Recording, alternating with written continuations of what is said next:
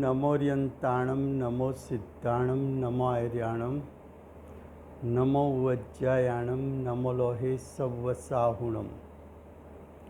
मङ्गलं भगवान् वीरो मङ्गलं गौतमो गणी मङ्गलं कुन्दकुन्दार्यो जैनधर्मोऽस्तु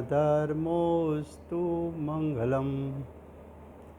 ओंकार बिंदु संयुक्तं नित्यं जायन्ति योगिनः कामदं मोक्षदं चैव ओंकाराय नमो नमः। अहो उपकार जिनवरनो कुंदनो ध्वनि दिव्यनो जीन कुंद ध्वनि आप्या अहो आ गुरु काहननो तुझ ज्ञान ध्यान नो रंग अमया दर्श रहो हो शिव पद तक तुझ संग माता हाथ ग्रह।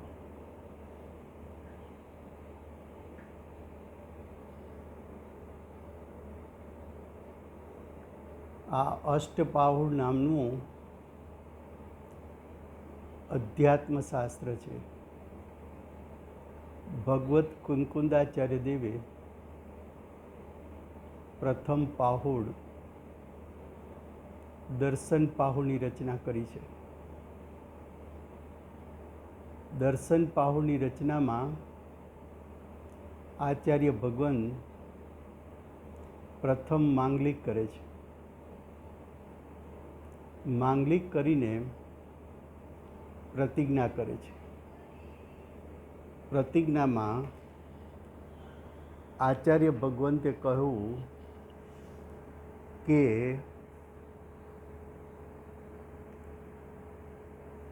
जिनेन्द्र भगवानना मत अनुसारनो मार्ग जिनेन्द्र भगवानना मत अनुसारनो मार्ग हूँ यथाक्रमथी कहीश। तो जिनेन्द्र भगवानना मतनो जे मार्ग है एमा धर्मनी प्राप्तिनो यथाक्रम सर्वप्रथम सम्यक दर्शननी प्राप्ति है। तो सम्यक दर्शन एनो महिमा आ अधिकार में आचार्य भगवान करे छे अने एनु स्वरूप बतावे छे। दर्शन पाहुड़ गाथा त्रीजी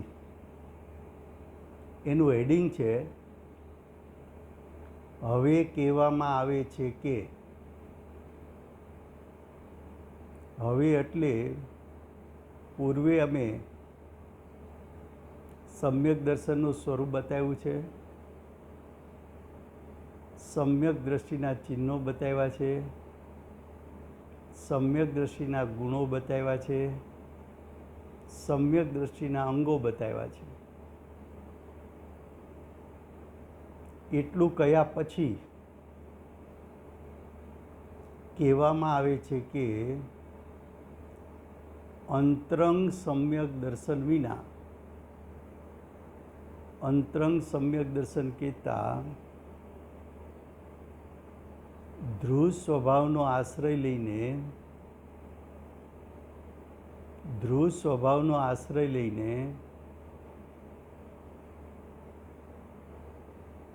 मिथ्यात्वनो नाश अने सम्यक दर्शननी प्रगटता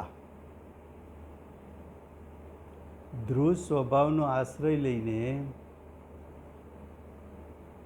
दर्शन मोहनो त्याग अने सम्यक दर्शननी प्रगटता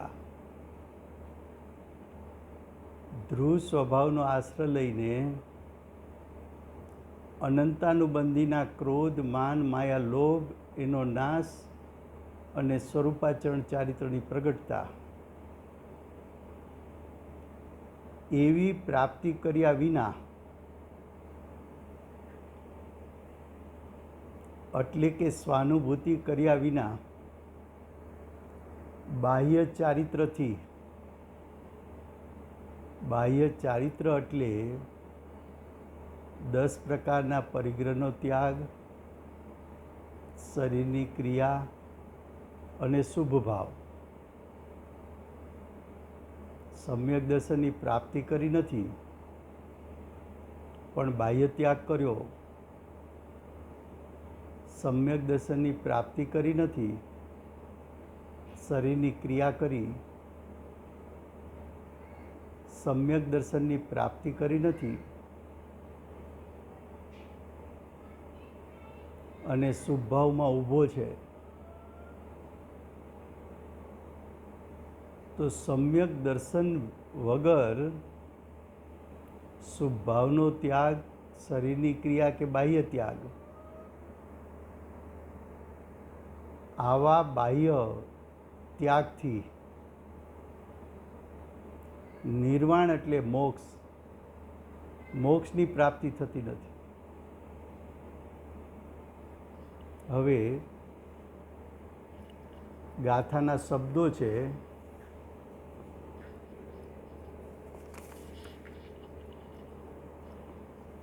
દગ ભ્રષ્ટ જીવો ભ્રષ્ટ છે, દગ ભ્રષ્ટનો નહીં મોક્ષ છે.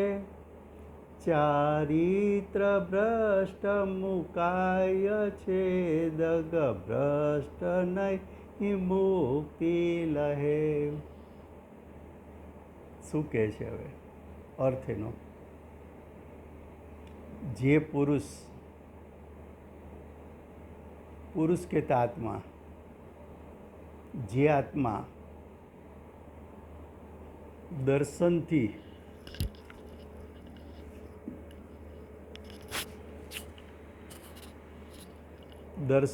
એટલે સમ્યક દર્શનથી આત્મ સ્વભાવની રુચિથી, આત્મ સ્વભાવની પ્રતીતિથી, સ્વાનુભવથી ભ્રષ્ટ છે. શું કહ્યું? જે આત્મા દર્શન કહેતા સમ્યક દર્શનથી ભ્રષ્ટ છે, ધ્રુવ સ્વભાવની રુચિથી ભ્રષ્ટ છે, ધ્રુવ સ્વભાવની પ્રતીતિથી ભ્રષ્ટ છે, તે એટલે તે આત્મા ભ્રષ્ટ છે, એટલે મોક્ષ માર્ગથી ભ્રષ્ટ છે, ધર્મથી ભ્રષ્ટ છે,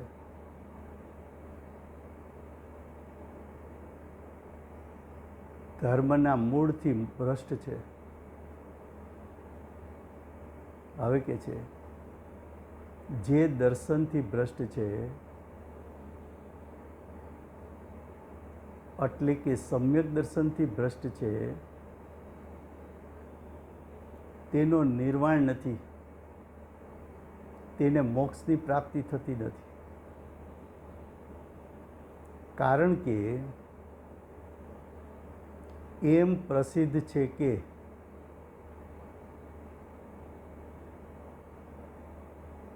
જે ચારિત્રથી ભ્રષ્ટ હોય તે તો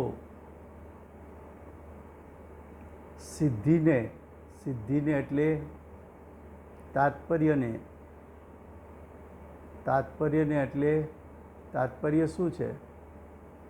શું પ્રગટ કરવું છે? તો કે નિર્વાણ, મોક્ષ. તો કે ચારિત્રથી ભ્રષ્ટ હોય તે તો મોક્ષને પામે છે, મોક્ષને પામે છે. પરંતુ જે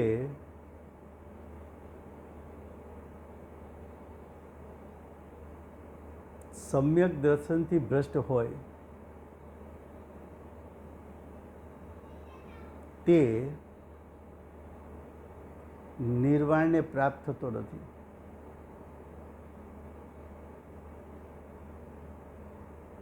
નિર્વાણને પ્રાપ્ત થતો નથી.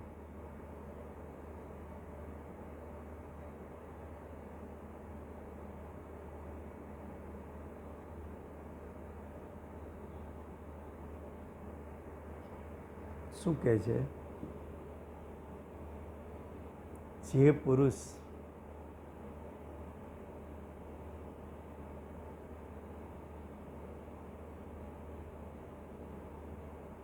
પુરુષ કહેતા જે આત્મા સમ્યક દર્શનથી ભ્રષ્ટ થાય તો એનો મોક્ષ ન થાય, પણ ચારિત્રથી ભ્રષ્ટ થયો હોય પણ સમ્યક દર્શનથી ભ્રષ્ટ થયો ન હોય તો એ જીવ નિર્વાણને પામી શકે.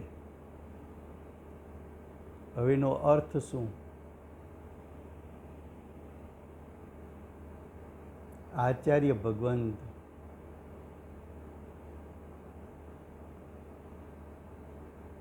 સમ્યક દર્શન એટલે અભિપ્રાયનું પલટવું,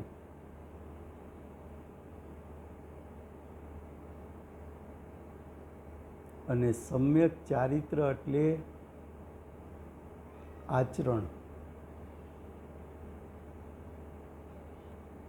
અભિપ્રાય પલટ્યા વગર આચરણ પલટી શકતું નથી.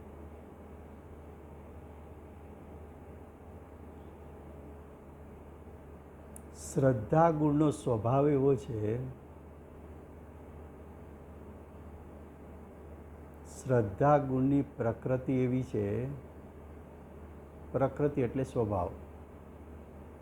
શ્રદ્ધા ગુણનો સ્વભાવ એવો છે, કાં સ્વમાં હુંપણું કરે કાં પરમાં હુંપણું કરે.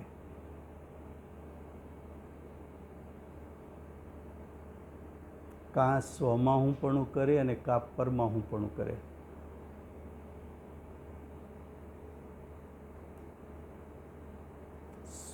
પરમાંથી હુંપણું પલટાઈને સ્વમાં હુંપણું કરવું એ માત્ર એક સમય લાગે છે.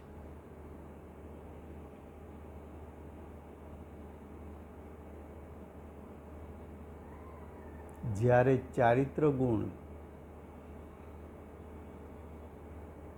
એની શુદ્ધતા પ્રગટ કરવા માટે 4 થી 12 ગુણસ્થાનમાં પસાર થાય અને 13મા ગુણસ્થાનમાં પ્રવેશ કરે ત્યારે ચારિત્ર ગુણની પરિપૂર્ણ શુદ્ધતા થાય છે.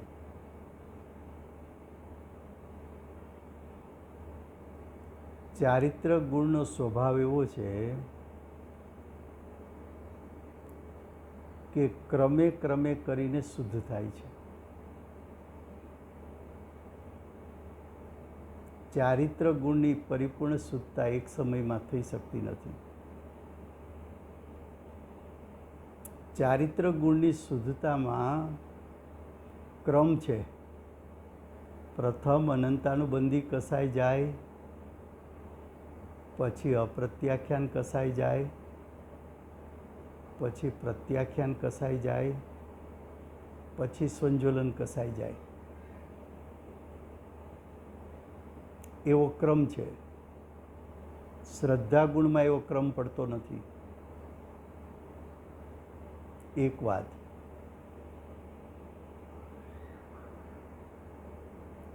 શ્રદ્ધા ગુણને સમ્યક થતા એક સમય લાગે. ચારિત્ર ગુણની પરિપૂર્ણ શુદ્ધતા પ્રગટ કરવામાં ઓછામાં ઓછો અંતઃમુહૂર્ત કાળ, વધીને 15 ભવ, એનાથી વધીને અર્ધપૂતગલ પરાવર્તન કાળ લાગે.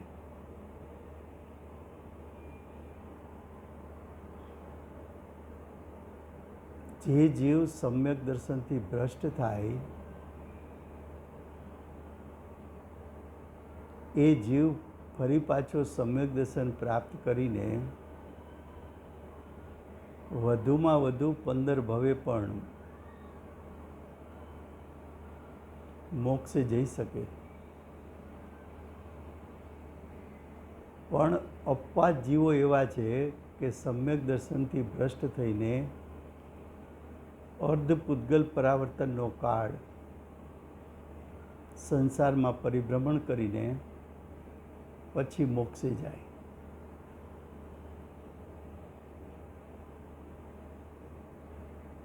સમ્યક દર્શનની પ્રાપ્તિ પછી જે જીવને પ્રથમ સમ્યક દર્શન દરેક જીવને ઉપસમ પ્રગટ થાય છે. ઉપસમમાંથી પડે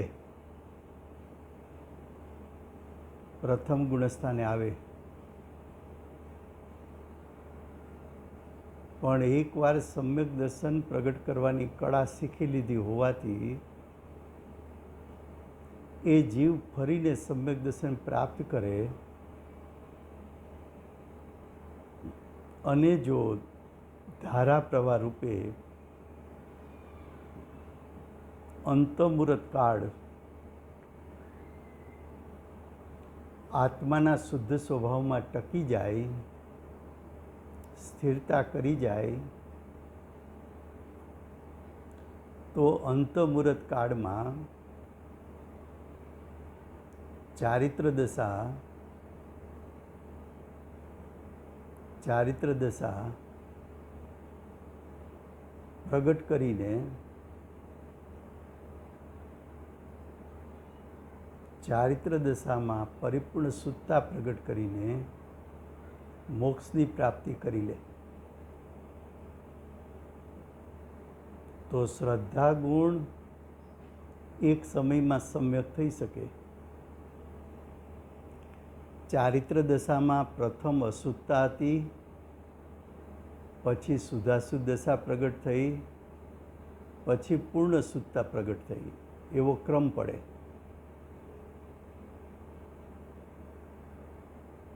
હવે અભિપ્રાય પલટે નહીં ત્યાં સુધી આચરણ સત્યાર્થ હોતું નથી.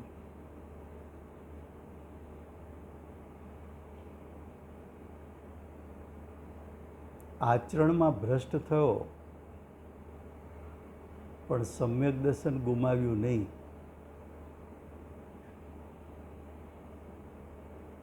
તો અભિપ્રાય પલટાયેલો હોવાથી ફરી પાછું આચરણમાં સ્થિરતા કરીને જીવ નિર્વાણને પામે. પણ જેનો અભિપ્રાય પલટી ગયો, અભિપ્રાય જેનો વિપરીત થઈ ગયો, તેનું આચરણ પણ વિપરીત છે.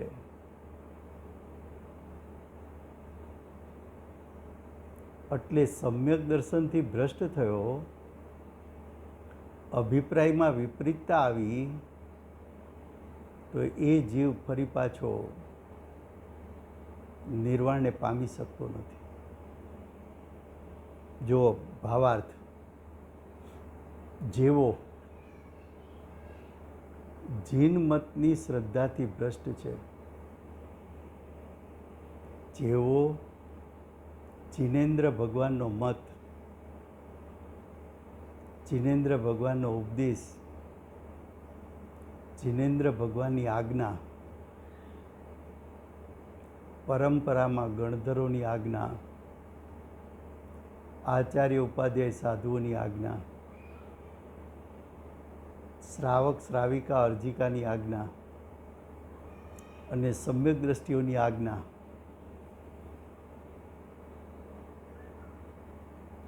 એમને દર્શાવેલી સ્વાનુભૂતિનું સ્વરૂપ, એનાથી જે ભ્રષ્ટ છે, જેનું અભિપ્રાયમાં ભ્રષ્ટપણું થયું છે, તેમને ભ્રષ્ટ કહેવાય છે.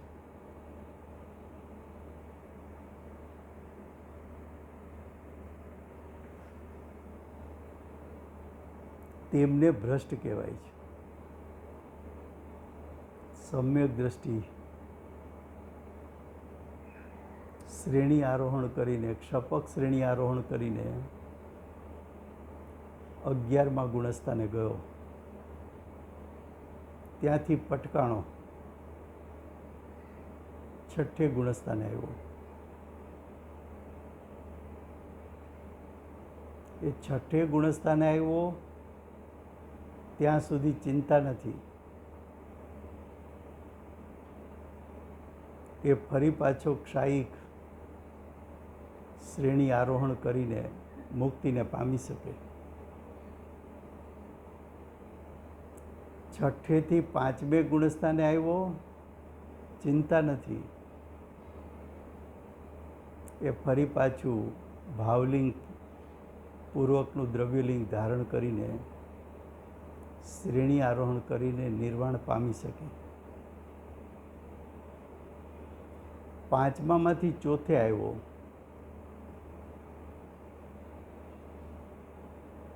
ચારિત્રમાં ભ્રષ્ટ થયો. સકલ ચારિત્ર છૂટી ગયું, દેશ ચારિત્ર છૂટી ગયું, પણ સમ્યક દર્શન સલામત રહ્યું. અભિપ્રાય જેવો છે તેવો રહ્યો. એ જીવ પણ ફરી પાછો પુરુષાર્થ કરી શ્રાવકપણું લઈ, મુનિપણું લઈ શ્રેણી આરોહણ કરી નિર્વાણને પામી શકે. પણ જે સમ્યક દર્શનથી ભ્રષ્ટ થઈ અને મિથ્યા દ્રષ્ટિ થયો,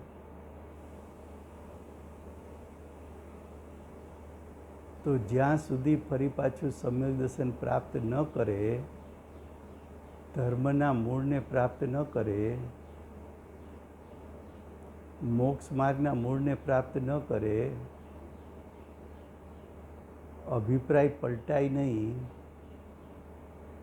ત્યાં સુધી એનું આચરણ ક્યારેય પણ સમ્યક થવાનું નથી અને એનો નિર્વાણ કે મોક્ષ થવાનો નથી. શું કહે છે જુઓ, જેવો જીન મતની શ્રદ્ધાથી ભ્રષ્ટ છે, જીનેન્દ્ર ભગવાનના મતમાં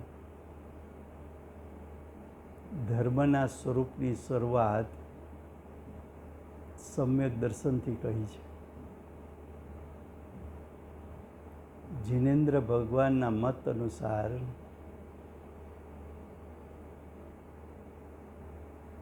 અભિપ્રાયનું પલટવું, રુચિનું પલટવું, એને ધર્મની શરૂઆત કહી. તું સ્વભાવથી ધ્રુવ સ્વભાવી છો. એ ધ્રુવ સ્વભાવ, પરિપૂર્ણ સ્વભાવ, એની રુચિ થવી,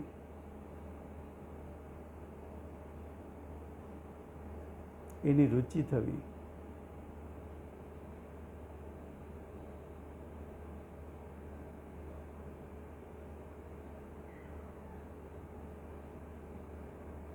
એ સ્વભાવનું દ્રષ્ટિ દ્વારા ગ્રહણ થવું.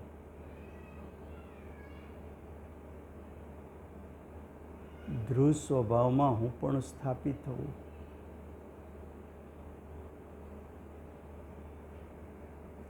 એ ધ્રુવપણામાં હું પણ કર્યું ત્યારે પોતાના શક્તિરૂપ સામર્થ્ય કેટલું છે, તો પોતાનું શક્તિરૂપ સામર્થ્ય અનંતું છે.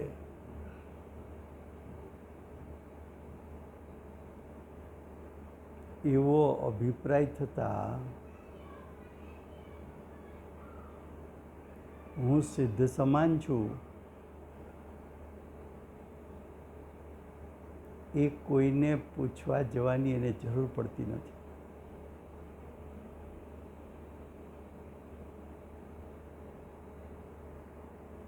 આવા ધ્રુવ સ્વભાવના હુંપણાથી જે ભ્રષ્ટ થયો એને ભ્રષ્ટ કહેવાય છે.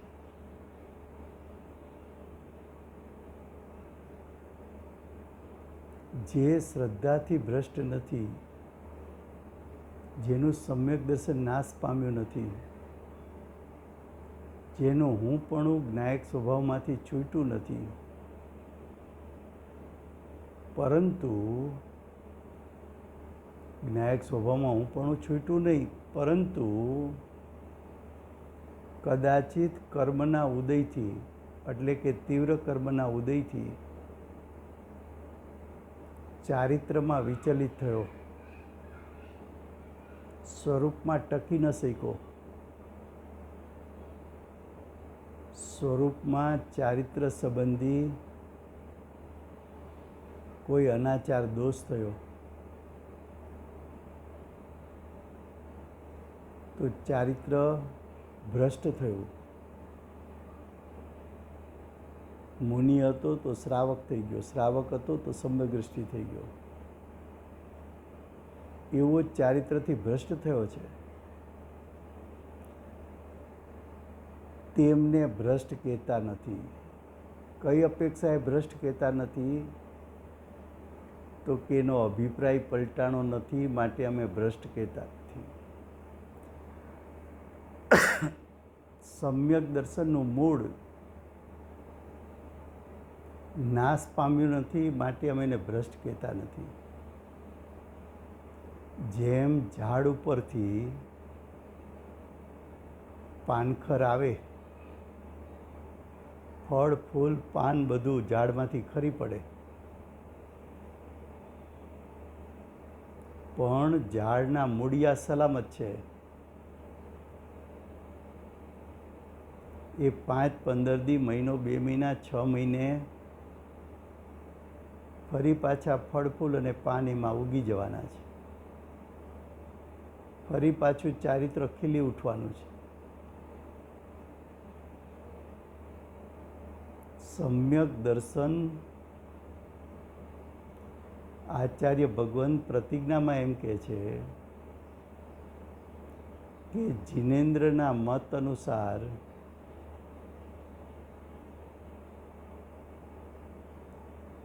મોક્ષનું મૂળ કયું?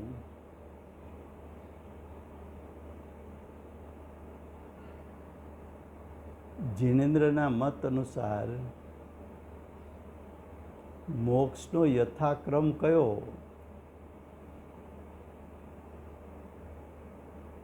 ધર્મનું મૂળ કયું? ઝાડનું મૂળ કયું? મૂળ સલામત હશે તો ફળ ફૂલ પાન આદિ આવશે.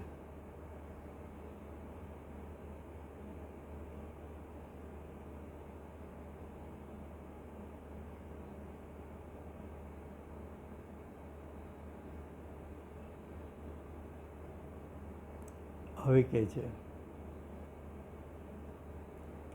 શું કહે છે જુઓ.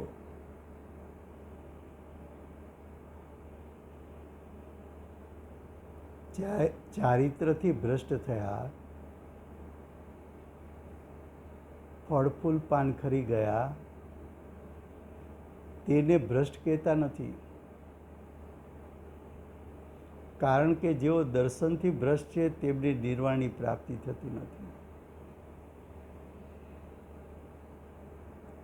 થડના મૂળિયા હોય એ બળી જાય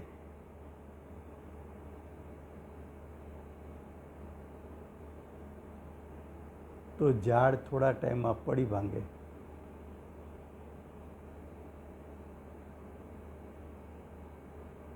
સમ્યક દર્શનથી ભ્રષ્ટ થયો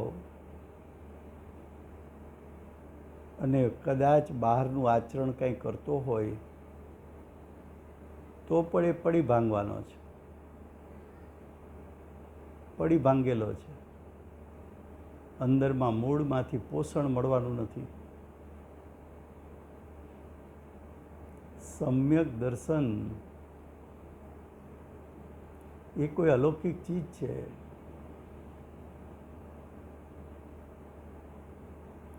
અભિપ્રાયનું પલટવું એ સમ્યક દર્શન છે. આત્મ સ્વભાવમાં હું પણ થવું એ સમ્યક દર્શન છે. આત્મ સ્વભાવમાં હુંપણું થતાં એમની ક્રિયાઓ આત્માના સ્વરૂપને શોભે એવી શરૂ થાય છે.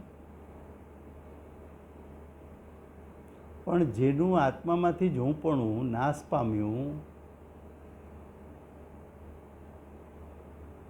એની ક્રિયાઓ કર્મના ઉદયમાં જોડાવાથી ઉત્પન્ન થાય છે. પરલક્ષી ક્રિયાઓ થાય છે, સ્વલક્ષી ક્રિયા નથી. શું કહે છે? જેવો ચારિત્રથી ભ્રષ્ટ થાય છે અને જેમનું શ્રદ્ધાન દ્રઢ રહે છે, તેમને તો તુરત જ પુનઃ ચારિત્ર અંગીકાર થાય છે. ફરી પાછો જો સમ્યક દર્શન હશે તો ફરી પાછો ચારિત્રને અંગીકાર કરી લેશે.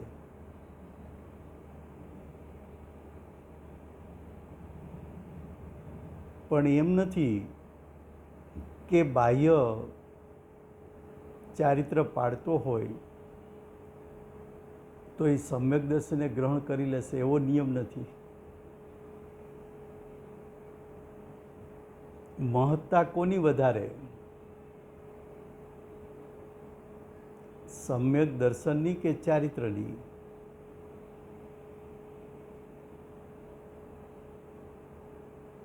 તો કે મૂળિયા વગર થડ ડાળી, ફળફૂલ કે પાન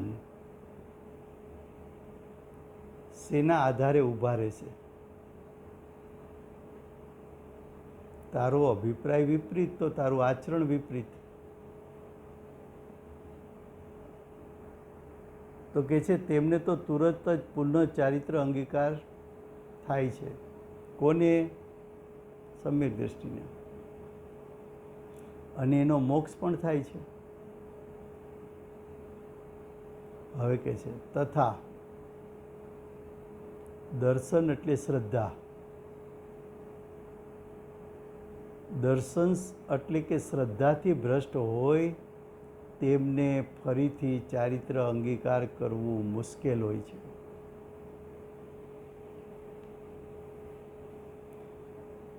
પેલો ઘડો ઊંધો મૂક્યો, તેના ઉપર બધા ઘડા તારે ઊંધા મૂકવા પડશે.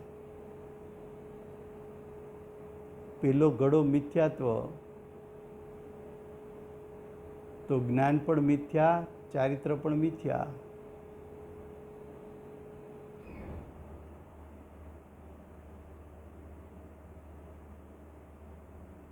પેલો ઘડો સવડો,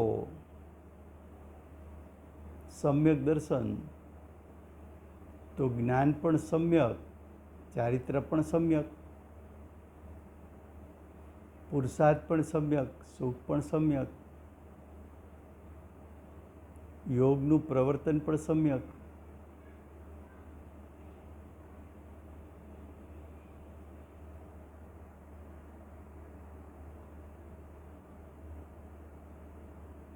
દર્શન અર્થાત શ્રદ્ધાથી ભ્રષ્ટ હોય તેમને ફરીથી ચારિત્ર અંગીકાર કરવું મુશ્કેલ હોય છે. તેથી તેમને નિર્વાણની પ્રાપ્તિ દુર્લભ છે. નિર્વાણને પ્રાપ્ત નહીં કરી શકે. આચાર્ય ભગવંતે પ્રતિજ્ઞા કરી છે કે જીનેન્દ્રના મત અનુસાર મોક્ષનો એટલે નિર્વાણનો યથાર્થ ક્રમ શું?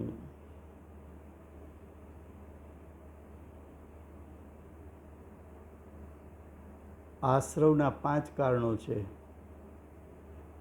મિથ્યાત્વ, અવિરતિ, પ્રમાદ, કસાય ને યોગ. એ આશ્રવના 5 કારણો છે. એને જવાનો યથાર્થ ક્રમ શું? તો કે પેલું મિથ્યાત્વ જાય, પછી અવિરતિ જાય, પછી પ્રમાદ જાય, પછી કસાઈ જાય, પછી યોગ જાય. તો કે આવો ક્રમ નક્કી કોણે કર્યો?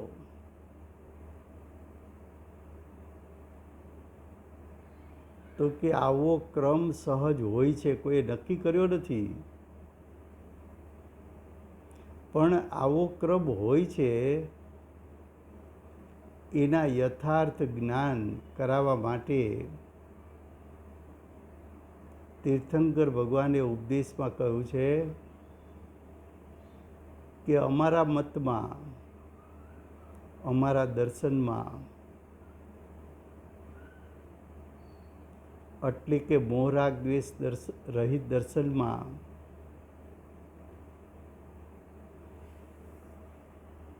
પ્રથમ મિથ્યાત્વનો નાશ થાય છે એવો ક્રમ છે. પછી અવિરતિ જાય છે, પછી પ્રમાદ જાય છે, પછી કસાઈ જાય છે, પછી યોગ જાય છે.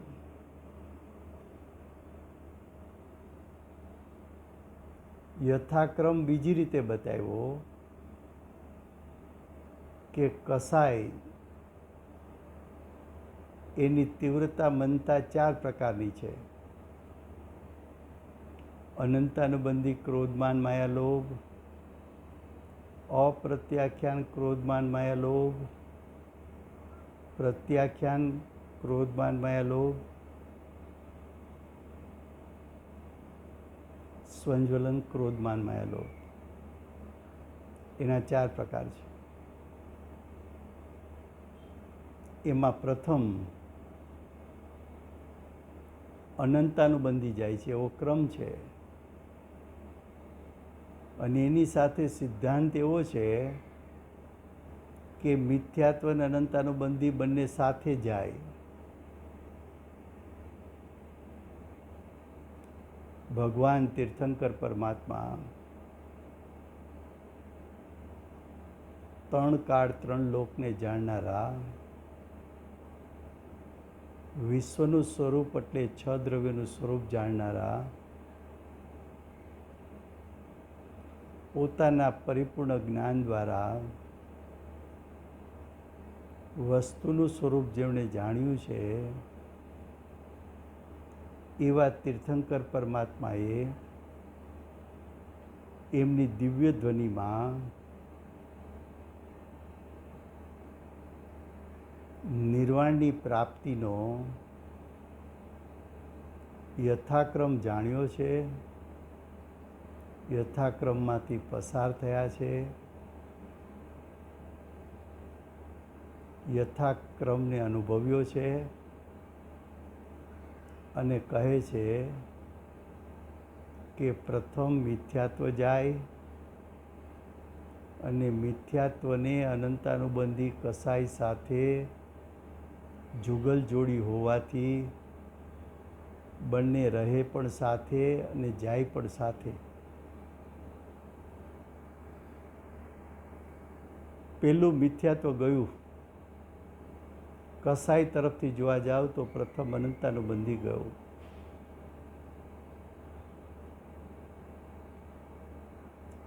આચાર્ય ભગવાન તીર્થંકર ભગવાનનો ઉપદેશ સાંભળીને યથાક્રમ દર્શાવવા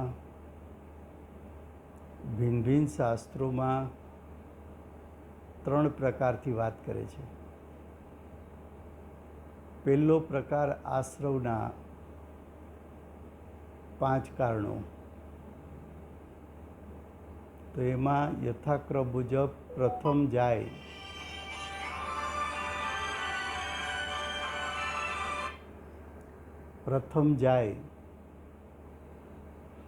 એ મિથ્યાત્વ જાય. કસાઈ તરફથી પ્રથમ અનંતાનુબંધી જાય, પણ મિથ્યાત્વ અને અનંતાનુબંધી જુગલ જોડી છે, બંને સાથે જાય. અને ત્રીજો ક્રમ જીવ પ્રથમ ગુણસ્થાનમાંથી સીધો ચોથે ગુણસ્થાને અવિરત સમ્યક દર્શનને પ્રાપ્ત કરે ત્યારે મિથ્યાત્વનો નાશ થાય છે, પણ હજુ નિયમપૂર્વકના કોઈ પણ પ્રકારના વ્રત હોતા નથી.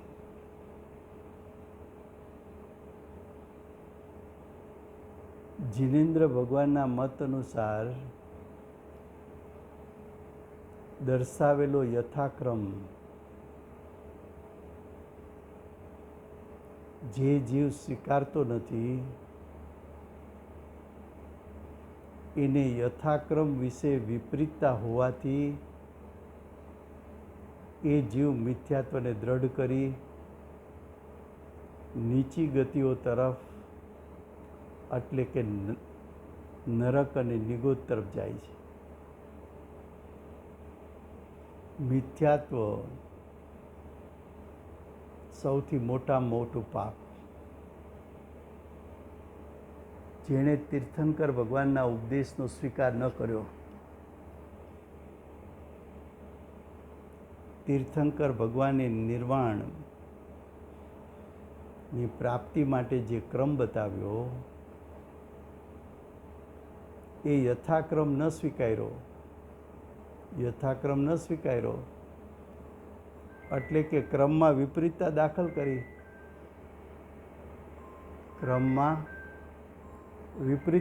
કરી.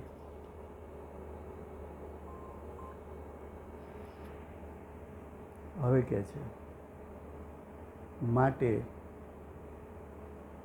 સમ્યક દર્શનનું સ્વરૂપ છે યથાર્થ છે. સમય થયો છે.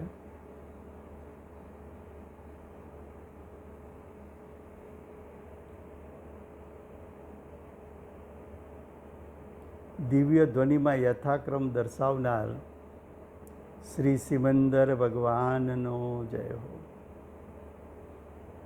યથાક્રમને અનુસરનાર શ્રી કુંકુંદાચાર્ય દેવનો જય હો. યથાક્રમનો યથાર્થ ઉપદેશ આપનાર પરમ કૃપાળુ શ્રી સદગુરુ દેવનો જય હો. યથાક્રમ અનુસાર સમ્યક દર્શનની પ્રાપ્તિ કરનાર પ્રસમ મૂર્તિ ભગવતી માતનો જય હો. યથાક્રમને નો નિત્ય બોધ દેનાર અષ્ટજીનવાણી માતનો જય હો. પરમ દિગંબર જૈન ધર્મનો જય હો.